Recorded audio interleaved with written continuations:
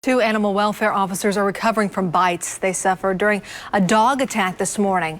It turns out the officers were there looking into another dog bite that happened yesterday at that exact same place.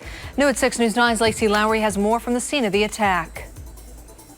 Animal Control tells us two of its officers were bit numerous times by dogs at this location when they came here this morning. Now they're trying to find the owners of the dogs, and you can see they've left a yellow warning telling those owners to call them immediately. Two Oklahoma City animal welfare employees are recovering after dogs attacked them at this property near Southwest 36th in Portland. Out of nowhere, the dogs left the property and charged him and attacked him.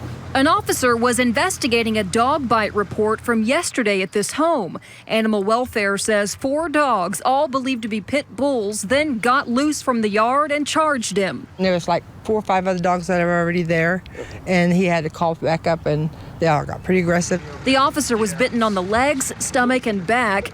Then his supervisor arrived to check things out. He was bitten as soon as he got out of his vehicle. It's sad for the dogs.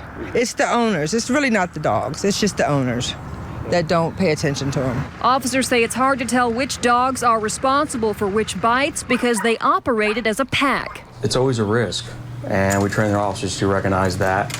In this case, it was very almost like a surprise attack. He didn't see it coming.